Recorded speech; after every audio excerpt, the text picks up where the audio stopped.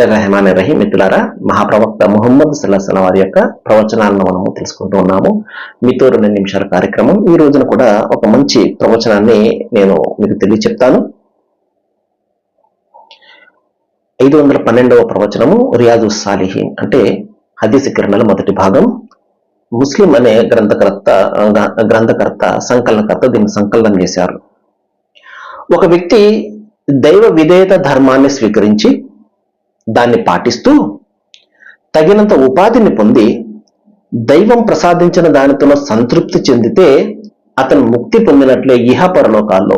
మహాశిలారా, ఒక సంతృప్తికరమైనటువంటి జీవితాన్ని గురించి మహాప్రవక్త వారు తన ప్రవచనాల్లో చెప్తున్నారు. ఈ శీర్షిక నడుస్తుంది కదా, మొన్న కూడా మనం ఇలాంటిది ఒక ప్రవచనాన్ని గురించి తెలుసుకున్నాం.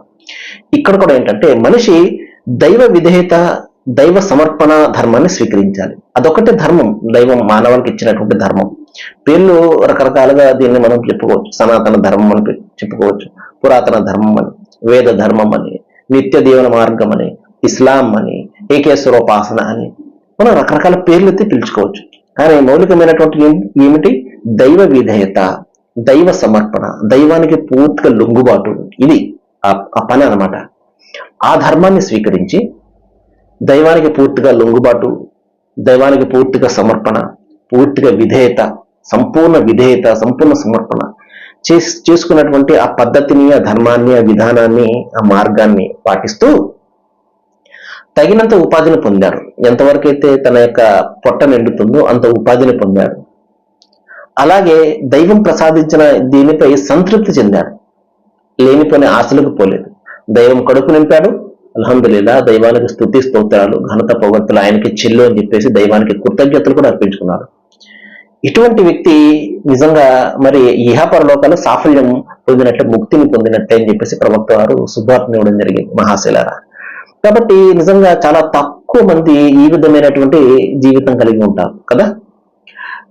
మనిషి సహజంగా ఏంటంటే ఆశావాది కదా, ఆశ నిరాశ ఏమంటారు, ఆశ అయితే ఉండొచ్చు మనిషికి, కానీ అత్యాశ పోకూడదు. మనిషి ఎంతవరకు అయితే దైవం ఇస్తాడో అంతవరకు మనకు ఒక మంచి మార్గంలో ₹1 మనకు వచ్చిందంటే సంపాదించిన దానికి పుణ్యం ఉంటుంది, ఖర్చు పెట్టిన దానికి కూడా పుణ్యం ఉంటుంది. ఖర్చు పెట్టడం అంటే తన భార్య బిడ్డలను పోషించుకోవడం కూడా అది దైవారాధనతో సమానమైన ప్రవక్త వారు చెప్పారు. సంపాదించిన దానికి పుణ్యము, ఖర్చు పెట్టిన దానికి పుణ్యము, భార్య బిడ్డలకు తినిపించిన దానికి కూడా పుణ్యం ఉంటుంది. అలాగే సంతృప్తికరమైనటువంటి జీవితం, దైవం ప్రసాదించిన దానితో సంతృప్తి చెందుతూ ఆయన కృతజ్ఞత అర్పించుకుంటూ తన కడుపు నింపినటువంటి దైవానికి కృతజ్ఞత అర్పించుకుంటూ ఉన్నటువంటి జీవితం ఉంది చూసారా, అది అద్భుతమైన జీవితము.